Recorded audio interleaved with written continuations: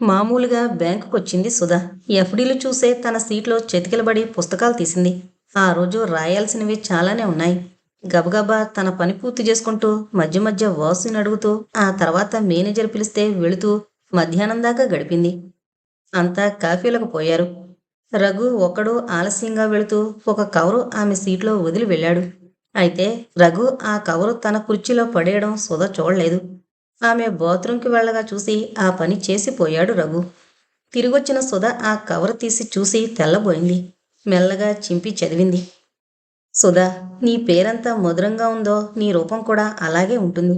నీకోసం నిజంగా తప్పించిపోతున్నాను. కనికరించి నన్ను నీ వాణ్ణి చేసుకో. నీకు అంగీకారమైన పక్షంలో ఈ ఉత్తరంపైనే నీ అభిప్రాయం రాసి ఇదే కవర్లో పెట్టి సాయంత్రం బ్యాంక్ వదిలాక ఈ సందు చివర నిలబడు. నేనొచ్చి నిన్ను కలుసుకుంటాను. కింద సంతకం కూడా లేదు. ఇది రాసింది తన బ్యాంకు వాళ్లే. ఒకవేళ వాసుగాని రాసుంటాడా అనుకుంది సుధా. ఆమె కళ్ళ వెంబడి నీళ్లు ధారాపాతంగా కారసాగాయి. ఒంటరిగా ఉన్న ఆడపిల్ల ప్రతి వారికి లోకువే. తోడేళ్ల వంటి ఇలాంటి వ్యక్తుల ముందు తనెలా బతికి బిడ్డని పెంచి పెద్ద చేస్తుంది? తిరిగొచ్చిన వాసు సుధ ఏడుస్తుండడం చూసి హడలిపోయి, ఎందుకండి ఏడుస్తున్నారు? మీ బాబు బాగున్నాడా అని ప్రశ్నించాడు. ఆ అడిగిన ధోరణికి, అతని ముఖంలో ద్యోత్యకమవుతోన్న నిర్మలత్వానికి ఈ ఉత్తరం రాసింది నువ్వేనా అని అడగలేకపోయింది. అయినా సందేహాలు ఉండకూడదని ఉత్తరం అందించి, ఇది మీరు రాశారా అని అడిగింది మెల్లగా. తటాలన ఉత్తరం అందుకుని చదివాడు. అతని బ్రుకుటి ముడిపడింది. కళ్ళు అరుణిమ దాల్చాయి. అడిగాననుకోకండి గాని ఇలాంటి ఉత్తరాలు నేను రాసేంత నీచుళ్లా కనిపిస్తున్నానా? తీక్షణంగా అడిగాడు వాసు. సుధ మాట్లాడలేదు. అయినా మీకు సైన్ చేసి చెప్పే అవసరం నాకు లేదు. కానీ సాయంత్రం సందు చివర వెయిట్ చేసి చూడండి. ఎవరో మీకే తెలుస్తుంది. నా మీద మాత్రం ఇలాంటి అపోహలు పడకండి అంటూ లెటర్ ఆమెకిచ్చి తన సీట్లోకి వెళ్ళిపోయాడు. అతని ముఖంలో కోపచ్ఛాయలు బాగా కనిపిస్తూనే ఉన్నాయి. సుధ ఎందుకడిగానని తనని తనే నిందించుకుంది. సాయంత్రం నిలబడి చూడాలని అనుకుంది. చివరికి పని పూర్తయింది. బ్యాలెన్స్ మనీ అంతా టాలీ అయింది కనుక వాసు కూడా బయలుదేరాడు. ముందు సుధే వెళ్ళిపోయింది. వెళ్ళి సందు చివర నిలబడింది. మరో 5 నిమిషాల్లో రఘు వచ్చాడు. సుధని చూసి పొళ్ళికిలించాడు. ఆ నవ్వుతో ఆ ప్రబుద్ధుడు అతడేనని రూఢీ పడిపోయింది సుధకి. కానీ వాళ్ళ ఎదురుగా ఉన్న కొట్లో ఒక చోట వాసు నిలబడి అంతా చూస్తూనే ఉన్నాడని ఇద్దరూ గ్రహించలేదు. ఇలాంటి ఉత్తరాలు రాసే ముందు ఎవరు ఎటువంటి వారో కాస్త గ్రహించాకే రాస్తాడు పచ్చి రౌడీ వెధవ కూడా. కానీ నీకు ఆ పాటి మైండ్ కూడా లేదని అర్థమైంది. ఎవరు రాశారో చూద్దామని వచ్చాను గాని నీ మీద లవ్తో నీ రాతకి మురిసి మూర్చపోయి కాదు. ఈ ఉత్తరం రేపు మేనేజర్ గారికి ఆఫీసులోను ఇంటి దగ్గర మీ ఆడవాళ్ళకి చూపిస్తాను. ఆ తర్వాత అటు ఇటూ కూడా త్రిశంకుళ్లా వేలాడదుగాని. భద్రకాళిలా అంటున్న ఆమె మాటలకి ఒకరిద్దరు బ్యాంకు వారే హాజరయ్యారు. ఏంటి ఏంటి అంటూ. సుధ తడుముకోకుండా ఉత్తరం చూపించింది. మరో ఇద్దరు దారిని పోయేవారు చేరారు. వీళ్ళందర్నీ చూసి వాసు కూడా వచ్చి కలిశాడు. ఇందర్నీ చూసేసరికి రఘు నాలుక పిడచగట్టుకుపోయింది. ఏదో అనేలోగానే విసవిసా వెళ్ళిపోయింది సుధ. ఆ సాయంత్రం ఇంటికి వెళ్ళిపోయి మంచం మీద వాలి వెక్కి వెక్కి ఏడ్చింది సుధ. ఎన్ని బాధ అవమానాల్లో నలిగిపోతుంది తన జీవితం. ముందు వెనక ఆలోచించకుండా వాసుని అడగడంలో మరో తెలివి తక్కువ అనుకుని పశ్చాత్తాపపడింది. రేపింతకీ మేనేజర్కి రిపోర్టు చేయడమా మానడమా? ఎడతెగని ఆలోచనలతో సతమతమవుతోన్న సుధా ఏమండి అన్న పిలుపు విని త్రొట్టుపడి కళ్ళు తుడుచుకుని బయటకొచ్చింది. వాసు రఘు నిలబడున్నారు. ఏదో చపల చిత్తం కొద్దీ ఆ ఉత్తరం రాసిన మాట వాస్తవమే. దానికి క్షమాపణ కోరుకుంటున్నాను. దయచేసి దాన్ని మేనేజర్ గారి దగ్గర ఎక్స్పోజ్ చేసి నా పరువు తీయకండి అన్నాడు రఘు ఏడుపు గొంతుతో. సుధకి ఒళ్ళు మండింది. ప్లీజ్ సుధగారు, ఈసారి క్షమించి వదిలేయండి. ఏదో పిల్లలు గలవాడని కాస్త జాలిపడి అతని మానాన అతన్ని పోనీయండి అన్నాడు వాసు.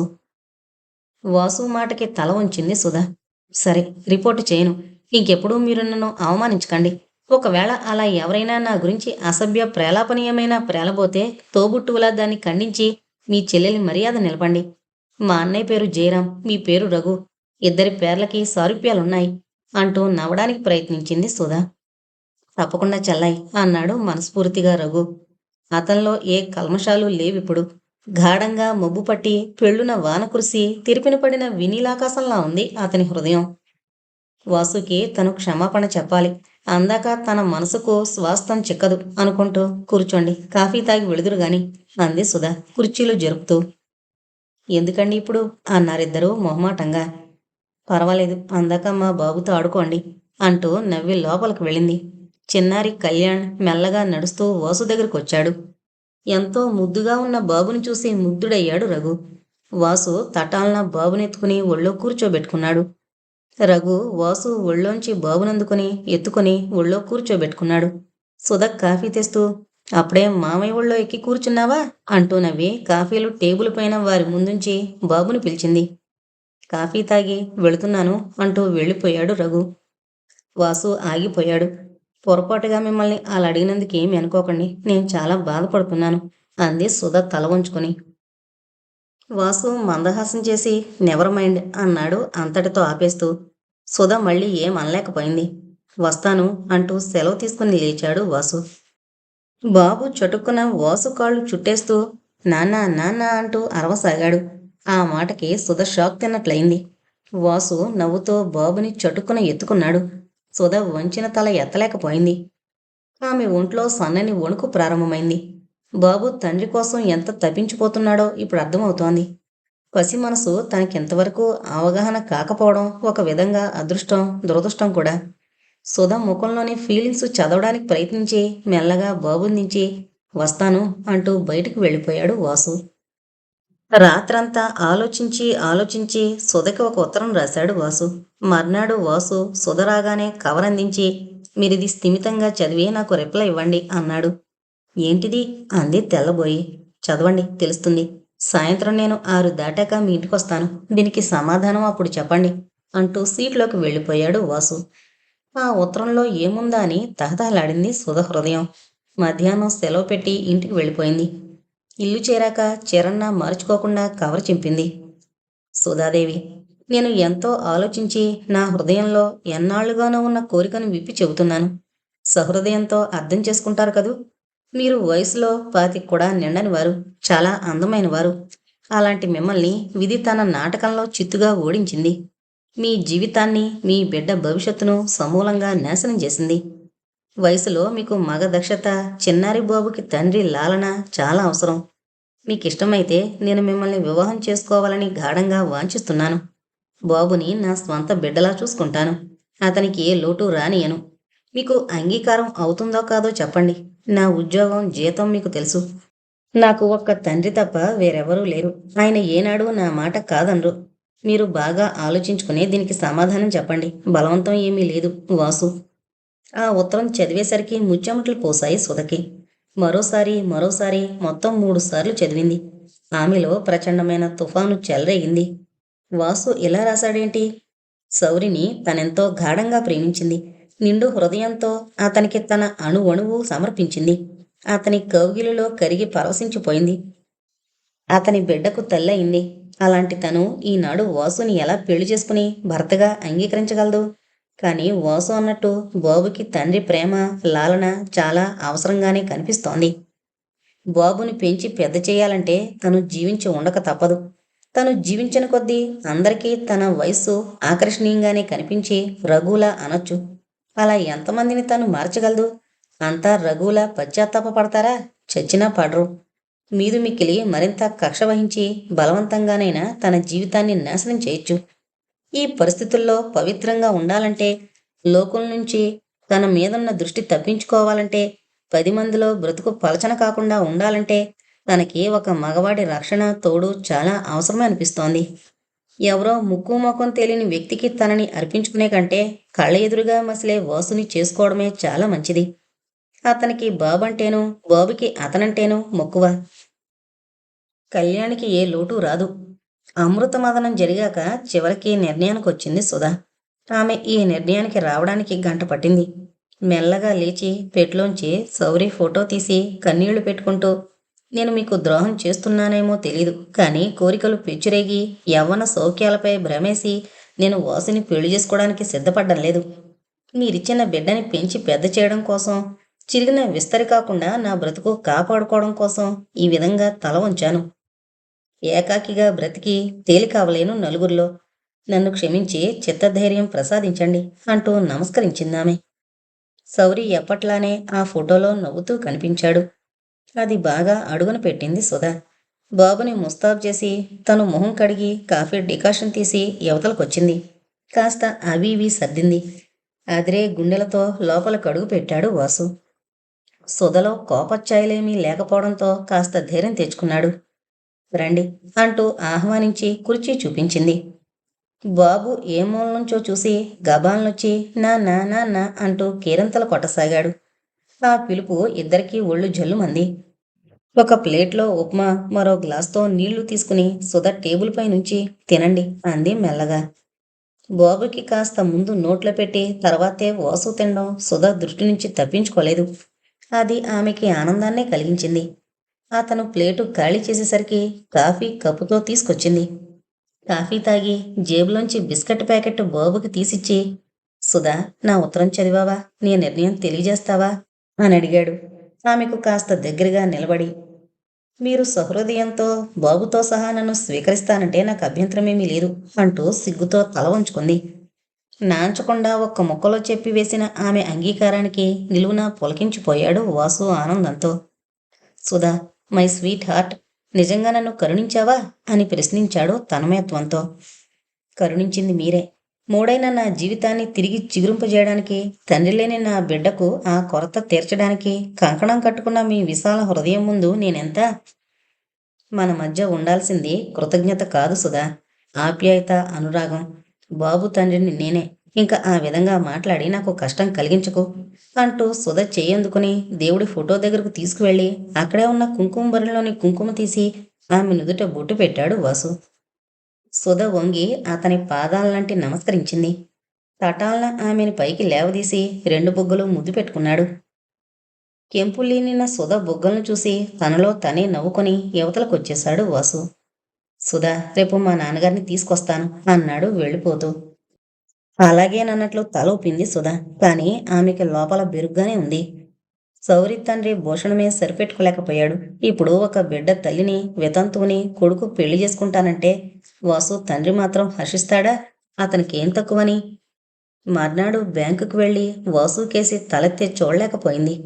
అవసరం వచ్చి మాట్లాడాల్సొచ్చినా సిగ్గుతో మాట్లాడలేకపోతున్న సుధని చూసి సన్నగా నవ్విన వాసు, నన్ను బ్యాంకులో ఉన్నంతసేపు అకౌంటెంట్గానే భావించు అన్నాడు మెల్లగా. సుధ మందహాసం చేసి ఊరుకుంది. ఆ సాయంత్రం రావుగారిని వెంటబెట్టుకొచ్చాడు వాసు. ఈవిడే నేను చెప్పిన సుధ అంటూ తండ్రికి చెప్పి, ఈయన మా నాన్న భావనారాయణరావు గారు, అంతా రావుగారనే పిలవడం అలవాటు అంటూ నవ్వాడు వాసు. సుధ వినయంగా నమస్కరించింది. ఆమెనే రెప్పవాల్చకుండా 2 నిమిషాలు చూశాడు రావుగారు. నిజానికి చక్కని చుక్క సుధ. చిన్న వయసులోనే ఆమెకి సంభవించిన ఆపదకి రావుగారు నొచ్చుకున్నారు. ఆమె జీవితాన్ని పునరుద్ధరించడానికి పూనుకున్న తన కొడుకును చూసి మనసారా గర్వపడ్డారు. వెళ్ళి బొట్టు పెట్టుకుని రామ్మా అన్నాడు రావుగారు. సుధ సంభ్రమంగా చూసింది ఆయన వంక. ఆయన తనని కోడలుగా స్వీకరించడానికి ఒప్పుకున్నాడని క్షణంలో పసిగట్టి, ఇలాంటి ఉన్నత హృదయాలు కూడా లోకంలో ఉంటారా? అలా ఉన్నవారు తనకే తారసపడ్డారా అన్న ఆశ్చర్యానందాలతో తలమునకలు వేసింది సుధ. ఆయన చెప్పినట్లుగానే వెళ్ళి చక్కగా బొట్టు దిద్దుకునొచ్చింది. వాసు జేబులోంచి గాజుల పొట్లం తీసి అందించాడు. సుధా, ఈ గాజులు వేసుకురా అన్నాడు నవ్వుతూ. సుధ అక్కడే గాజులు వేసుకుంది. రావుగారు సంతుష్టులై లక్ష్మీదేవిలా కలకాలం వర్ధిల్లు అంటూ మనస్ఫూర్తిగా లేచి నిలబడ్డాడు. తటాలన ఆయన పాదాలంటి, మీ ఉత్తమ హృదయానికి నా కృతజ్ఞతానందనలు ఎలా చెప్పాలో అర్థం కాకుండా ఉంది అంది రుద్ధస్వరంతో. పిచ్చి తల్లి, ఇందులో నాదేముంది, అంతా మా వాసుదే అన్నారు రావుగారు నవ్వుతూ. ఆయన సహృదయంతో నన్ను చేపట్టదలిచినప్పుడు విశాల హృదయంతో మీ ఆశీర్వచనం అందించడం సామాన్య విషయం కాదు మామయ్య గారు అంది సుధా. మామయ్య గారు అని నువ్వు పిలుస్తుంటేనే నా కడుపు నిండిపోయింది తల్లి. నీలాంటి వినయ విధేయతలు, విద్యారూపాలు ఉన్న పిల్ల కోడలు కావాలని ఆశించిన నా కోరిక నెరవేరింది. ఇక గతమంతా మర్చిపో, త్వరగా ఆ 3 ముళ్ళు వేసుకుని మహాలక్ష్మిలా నా ఇంట్లో కడుగు పెట్టు అంటూ హృదయపూర్వకంగా ఆశీర్వదించాడు రావుగారు. బాబు తటాలను వచ్చేశాడు అక్కడికి. నాన్న నాన్న అంటూ వాసుని చుట్టేస్తే రావుగారు నవ్వి రాబాబు అని పిలిచారు. వాసు బాబుని ఎత్తుకుని తండ్రికిచ్చి తాత అంటూ చెప్పాడు. వెంటనే బాబు తాత తాత అంటూ రావుగారి మెడ చుట్టూ చేతులు వేసి ఎక్కి కూర్చున్నాడు. రావుగారు కళ్యాణ్ 2 బొగ్గలు ముద్దులతో నింపి 1 నిమిషం ఒళ్ళో కూర్చోబెట్టుకుని దింపి వెళతానమ్మా అంటూ లేచి నిలబడ్డాడు. ఉండండి మామయ్య గారు అంటూ తను చేసిన ఇడ్లీ చట్నీ వేసి తెచ్చి ఆయన ముందుంచింది. మరో ప్లేటు వాసు ముందు పెట్టింది. ఇంకో చిన్న ప్లేట్లో ఒక ఇడ్లీ వేసి బాబుకు పెట్టింది. ముగ్గురు హాల్లోనే తింటుండిపోయారు. కాఫీ తాగి సెలవు తీసుకున్నారు రావుగారు. తండ్రిని రిక్షాలో ఇంటికి పంపి వెనక్కొచ్చాడు వాసు. 4 రోజుల్లో మంచి ముహూర్తం ఉంది సుధా. ఆ ముహూర్తానికే మన పెళ్ళి అంటూ జేబులోంచి డబ్బు తీసి ఆమెకిచ్చి, నీకు నచ్చిన చీరలు తీసుకో అన్నాడు వాసు. మీరే మీకు నచ్చినవి సెలెక్ట్ చేసి తీసుకురండి అంది సుధా. అయితే సరే అంటూ డబ్బు జేబులో పెట్టుకున్నాడు. వాసు అన్ని పనులు తనే చురుగ్గా చేసుకున్నాడు. రావుగారు కూడా ఇల్లంతా సున్నాలవి వేయించి అన్ని కార్యక్రమాల్లోనూ ఉత్సాహంగానే పాల్గొన్నారు. బ్యాంకులో అందర్నీ పిలిచాడు వాసు. అంతా వచ్చారు పెళ్లికి. సుధ రెండో పెళ్ళైనా వాసుకి మొదటి పెళ్ళే గనుక అన్నీ దగ్గరుండి జరిపించారు రావుగారు. బాబు ఆయన దగ్గరే బాగా మాలిమైపోయాడు. దంపతులని గదిలోకి పంపి ముఖ్యమైన చుట్టాలంతా సెలవు తీసుకున్నారు. తెల్లని పాలనురగలాంటి చీరలో భువనమోహనంగా ఉన్న సుధని చూస్తూనే ఉన్మత్తుడయ్యాడు వాసు. తటాలన మీదకి లాక్కుని ముద్దులతో ముంచివేశాడు. సుధా, నన్నెప్పుడూ వదిలిపోవు కదూ? ఆవేశంలో అతనంటున్న మాటకి తెల్లబోయింది సుధ. నేను ఎక్కడికి వెళతాను అంది తేరుకుంటూ. వెళ్ళవద్దనే కోరుకుంటున్నాను అంటూ కౌగిలిలో బంధించాడు వాసు. ఏ రాత్రి వేళకో కాస్తంత నిద్రలోకి జారిన వాసుని చూస్తే సౌరితో తను గడిపిన మొదటి రాత్రి గుర్తుకొచ్చింది సుధకి. క్షణానికి ఏదో కొంటె మాటలు విసురుతూ ఆ రాత్రి నిద్రపోనిచ్చాడా? తెల్లవారుజామున 5 కావస్తుందనగా నిద్రలోకి జారుకున్నాడు సౌరి. తనింకప్పుడు నిద్రేంటని లేచొచ్చేసింది యువతలకి. మెల్లగా ఆలోచనల మధ్య వాసు పక్కన చోటు చేసుకుని నిద్రపోయింది. మళ్ళీ 1 గంటకి మెలకు వచ్చిన వాసు సుధని బాగా దగ్గరగా లాక్కున్నాడు. 1 వారం సెలవు పెట్టించాడు వాసు సుధ చేత.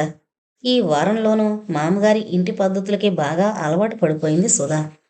మామగారు స్వార్జితంతో కట్టించుకున్న ఇల్లు కాకపోయినా తాత తండ్రులు ఇచ్చిపోయిన ఇంటిని మార్చి తనకి నచ్చినట్టు కట్టుకున్నారు. ముందు వెనక ఖాళీ స్థలం ఉంది. ఆ జాగాల్లో పూల మొక్కలు ముందు వైపు, కూరగాయలు వెనక వైపు నాటి రోజు రావుగారే వాటి సంరక్షణ చూసుకుంటూ ఉంటారు. ఏ రోజు ఏ కూర వండాలో ఆయన కోసుకొచ్చి వంటగదిలో పడేస్తే తెలిసిపోతుంది. ఆయన ఉదయం లేచి సూర్య నమస్కారాలు చేస్తారు. మొదటి రోజునే అన్నీ ఆకలింపు చేసుకున్న సుధా రెండో రోజే అన్నీ తనే నిర్వర్తించసాగింది, ఎవరూ చెప్పనక్కర్లేకుండానే. రావుగారు లేచి దంతధావనానికి వేప పొల్ల విరుచుకుంటారు.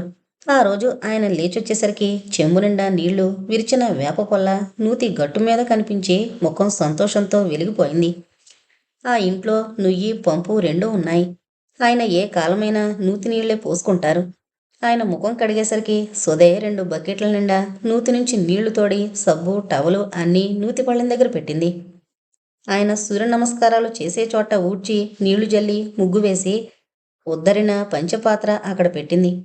విభూది పండు, కుంకుమ బొట్టు తెచ్చి పక్కనుంచింది. చకచక అన్నీ చిటికలో చేసేస్తున్న కోడల్ని చూసి మురిసిపోయారు రావుగారు. ఇంతలో బాబులేస్తే వాడికి స్నానం చేయించి పాలు కలిపింది. ఆయన సూర్య నమస్కారాలు చేసుకుంటుండగా వాసు లేస్తుంటాడు. అది ఎప్పుడూ ఉన్న అలవాటే. ఇప్పుడు సుధొచ్చి లేపితే లేస్తాడు వాసు, లేకపోతే 7:30 లేవడు. సూర్య నమస్కారాలు చేయగానే గ్లాసుడు పాలు తాగుతారు రావుగారు. ఆయనకు అవిచ్చి వాసుని లేపడానికి వెళ్ళింది సుధ. లేవండి, 7:30 అంది సుధ మెల్లగా. వాసు చిరునవ్వుతో లేచి సుధందించిన పేస్టు, బ్రష్ తీసుకుని బాత్రూం వైపు వెళ్ళిపోయాడు. చటుక్కున్న సౌరి జ్ఞాపకం వచ్చాడు. అతని ధోరణి వేరు. ఇలా లేపడానికొస్తే మామూలుగా వాసులా వెళ్ళేవాడు కాదు. తటాలన మీదకు లాక్కొని 2 బుగ్గలు ముద్దులు పెట్టి, రాణిగారి సుప్రభాతానికి లేటైపోతుంది రోజురోజు అనేవాడు. కాస్త పెందరాడే లేపినా అంతే, ఆలస్యంగా లేపినా అంతే. ఆ తర్వాత అన్నింటికీ సుధ పక్కనుండాల్సిందే. నీళ్లు అవి అందించినా సరే ఎదురుగా నిలబడు అంటూ ఏవో కబుర్లు చెప్పి కథలనిచ్చేవాడు కాదు. నీళ్లు పెట్టి స్నానానికి యువతలకి రాబోయినా అంతే. వీపు రుద్దు అనో, చెయ్యి తోము అనో ఏదో వంకన అలాగే తన ఎదుట నిలబెట్టుకునేవాడు. టిఫిన్ తినబోతూ సుధ నోట్లో ముందు కాస్త కుక్కి ఆ తర్వాతే తినేవాడు. ఆఫీసుకు వెళ్లబోతూ తన కౌగిల్లోకి తీసుకొందే తోచేది కాదు. అలాగే వస్తూనే దగ్గరికి లాక్కునేవాడు. కానీ వాసు ధోరణి వేరు. స్నానానికి అన్నీ పెట్టి వచ్చేస్తే చాలు, టిఫిన్ తీసుకుంటూ సుధా నీ ప్లేట్ ఏది అని అడుగుతాడు. నువ్వు కూడా నాతో తిను, వెళ్ళి ప్లేటుతో తీసుకునిరా అంటూ తెచ్చుకునేదాకా వదలడు. సౌరిలా నోట్లో కుక్కకపోయినా తన ఎదురుగా ఆమె తినాలన్న పట్టుదలుంది వాసుకి. అదే కాదు, భోజనం కూడా ఇద్దరం ఒకేసారి చెయ్యాలి అంటాడు. పగలు ఆఫీసుకు వెళుతూ చేయి ఊపి వెళ్ళిపోతాడు వాసు. రాత్రి గదిలోకి సొదొచ్చే వరకు మళ్ళీ ఆమె ఒంటి మీద చేయి వేయడు కూడా. చాలా మితంగా మాట్లాడడం, గంభీరంగా ఉండడం ఇతని పద్ధతి. సౌరిలా చిలిపితనము, కొంటెతనము అడుగడుగునా మాటల్లోనూ చేతల్లోనూ చూపెట్టడు. మాట్లాడే మాటలు కొద్దిగా అయినా ఆప్యాయంగా మాట్లాడతాడు. వచ్చి రాగానే కాఫీ తాగి బాబుని ఎత్తుకుని దింపి తండ్రితో పూల చెట్ల మధ్య కుర్చీలు వేసుకుని కూర్చుని ఆ రోజు రాజకీయాలు మరేవైనా విశేషాలు ముచ్చటిస్తాడు. రాత్రి భోజనం ముగ్గురు కలిసి ఒకేసారి చేస్తారు. బాబుకి ముందు తినిపించేస్తుంది. కళ్యాణ్ రావుగారి పక్కనే చిన్న మంచం మీద పడుకుంటాడు. అది రావుగారి ఆజ్ఞ. కొడుకు కోడలు సరదాగా గడపాలని, తన కొడుకి పుట్టే స్వంత బిడ్డని చూసుకోవాలని ఆయన తపన. సుధ తనిల్లు ఖాళీ చేసి వచ్చేసింది సామాన్లన్నీ తీసుకుని. అవన్నీ చక్కగా సర్దించాడు రావుగారు. ఇప్పుడు ఆయనకి ఏ బెంగా లేదు. తన అంచనా మించిన సౌజన్యవతి దొరికింది తమ ఇంటి కోడలుగా. ఎంతో విధేయతగా ఉంటుంది. కొడుక్కి అన్ని విధాలా అనుకూలంగా ముసులుకుంటుంది. భగవాన్, ఈ చల్లని తల్లి సాన్నిధ్యంలో నా బ్రతుకులో ఏ వేదన లేకుండా ఆఖరి శ్వాస విడిచేలా చేయి అని సూర్యభగవానుడికి నమస్కరిస్తుంటాడాయన. తమ వంశాంకురం కలగాలని రోజూ భగవంతుడికి వినమ్రంగా మొక్కుకుంటూ ఉంటాడు. ఎగసిపడే జలపాతం వంటి సౌరి స్వభావానికి పూర్తి విరుద్ధంగా రెండు ఆనకట్టల నడుమ గంభీరంగా ప్రవహించే మహానది వంటి నిశ్చలత్వంతో ఉండే వాసు సాన్నిధ్యంలో ఆమె జీవితం ప్రశాంతంగానే గడిచిపోతుంది. ఆ రోజు లేస్తూనే బాగా నీరసంగా ఉంది సుధకి. కాళ్ళు చేతులు గాలిలో తేలిపోతున్నట్లున్నాయి. మందకొడిగా ఉన్న సుధని చూసి యమ్మ ఒంట్లో బాగలేదా అని ప్రశ్నించారు రావుగారు. లేదన్నట్లు తల ఊపింది సుధ. ఈరోజు సెలవు పెట్టమ్మా అన్నాడు కాస్త కంగారు పడుతూ. అదే అనుకుంటున్నాను అంటూ వంటగదిలోకి వెళ్ళిపోయింది. కాస్త ఉప్మా కలిపి కాఫీ నీళ్లు పడేసి వాసుని లేపడానికి వెళ్ళింది సుధ. అతనే లేస్తున్నాడు అప్పటికి. నీరసంగా కనిపిస్తోన్న సుధని చూసి అలా ఉన్నావేం సుధా అని అడిగాడు కంగారుగా. ఒంట్లో బాగలేదండి, ఈరోజు బ్యాంకుకి రాను, కాస్త లీవ్ లెటర్ ఇచ్చేయండి అంది మెల్లగా. అలాగే, ఇవాళ రేపు 2 రోజులు పెట్టు అంటూ దంతధావనానికి వెళ్ళిపోయాడు వాసు. వాసుకి స్నానానికన్నీ బాత్రూంలో అమర్చి యువతలకొచ్చి బాబుకి మామగారికి టిఫిను ప్లేట్లలో పెట్టసాగింది. వాసు డ్రెస్ చేసుకుని వచ్చాడు. ఆ అమ్మాయి కొంట్లో బాగలేదట, తీసుకెళ్ళి డాక్టర్కి చూపించు అన్నారు రావుగారు. సుధా, త్వరగా తయారవు మరి వాసు టిఫిన్ చేస్తూ అన్నాడు. సుధ తల ఊపింది. అన్నట్టు నువ్వు తినవేం అని అడిగాడు ఆశ్చర్యంగా వాసు. తినాలని లేదు అంటూ గదిలోకి వెళ్ళి లీవ్ లెటర్ రాసి భరతకు అందించింది. వంట మళ్ళీ వచ్చాక చేయొచ్చులేమ్మా, ముందు వెళ్ళిరా అన్నారు మామగారు తొందర చేస్తూ. సుధ చీర మార్చుకుని వచ్చేలాగా వాసు రిక్షా కూడా మాట్లాడాడు. నర్సింగ్ హోమ్ చేరేసరికి ఇంకా పేషెంట్లెవరూ రాలేదు. డాక్టర్ మాధవి అప్పుడే దిగొచ్చింది కిందకి. వెంటనే సుధని పరీక్ష చేసింది. మీ మిసెస్కి 3వ మాసం, బ్లడ్ బొత్తిగా లేదు, ఈ మందులు వాడాలి. డాక్టర్ మాధవి మాటలకి సంభ్రమంగా చూశాడు వాసు. అతని పెదవులపై చిరు దరహాసం వెల్లివిరిసింది. అలాగే అంటూ ఆమె అందించిన మందుల చీటీ జేబులో పెట్టుకున్నాడు. ఆమెకి నమస్కరించి బయటకు వచ్చేశాడు. సుధా, మెల్లగా దిగు అంటూ భుజం మీద చేయి వేసి మెల్లగా మెట్లు దింపాడు. అక్కడే రిక్షా కుదిర్చి ఇంటికి తీసుకొచ్చాడు. మామగారిని చూసి సిగ్గుతో తల వంచుకుని గదిలోకి వెళ్ళిపోయింది. ఏమన్నారా డాక్టరు? ఆయన ఆశించే వార్త నిజమో కాదో తెలియాలిగా. మీ కోడల్ని అడగండి చిరునవ్వుతో అన్నాడు. కోడలు నన్ను చూస్తూనే గదిలోకి తప్పుకుంది. నువ్వు చెప్పు అన్నాడు నవ్వుతూ. మీకు మనవడు పుడతాడట 6 నెలల్లో. ఆ మాటకి మతాబులా వెలిగింది రావుగారి ముఖం. అబ్బా, ఎంత చల్లని వార్త విన్నాన్రా వాసు, నా కోరికను భగవంతుడు అనుగ్రహించాడు అంటూ ఉత్సాహంగా చెబుతూ ఉంటే వాసు నవ్వుకున్నాడు. సుధా, బీరువాలో 50 ఎలా తీసుకురా, మందులు తెస్తాను అన్నాడు వాసు పెద్దగా. తర్వాత తీసుకురావచ్చులేండి అంది గదిలోంచే సుధా. చాలే తెలివి, ఆవిడ ఏమంది? ఒంట్లో రక్తం బొత్తిగా లేదు, మందులు వాడాలి అని అనలే, అన్నిటికీ తాసరేం చేయకూడదు అంటూ మందలించాడు వాసు.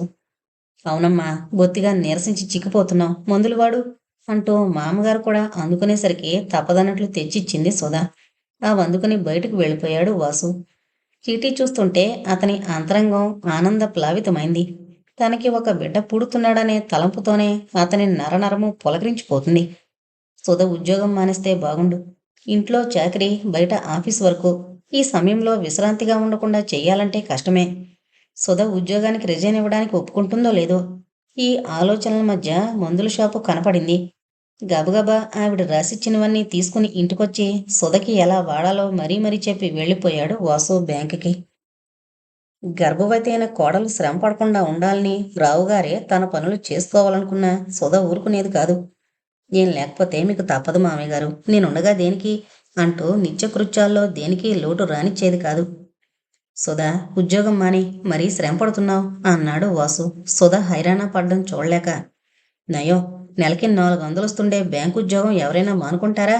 పర్వాలేదులేండి అంటూ దాటించేసింది భరత మాటని. వాసు అయిష్టంగానే ఊరుకున్నాడు. కాలగర్భంలో మరో 4 నెలలు గడిచాయి. సుధకి 7వ నెలొచ్చింది. సుధకి నెలలు నిండుతున్న కొద్దీ రావుగారి ఆత్రానికి అవధలుండడం లేదు. ఈ పిల్ల ఉద్యోగం మాని ఇంటి పట్టున ఉండకూడదా అని విసుక్కున్నాడు అసహనంగా. కాని ఈ విషయంలో మాత్రం సుధ ఉడుంపట్టు పట్టిందనే చెప్పచ్చు. కాలం అనేది చాలా చిత్రమైంది. దేవుడనేవాడు నిజంగా ఉన్నాడో లేడో గాని ఉంటే మటుకు విశ్రాంతిగా మాత్రం లేప్త కాలం ఉండడు.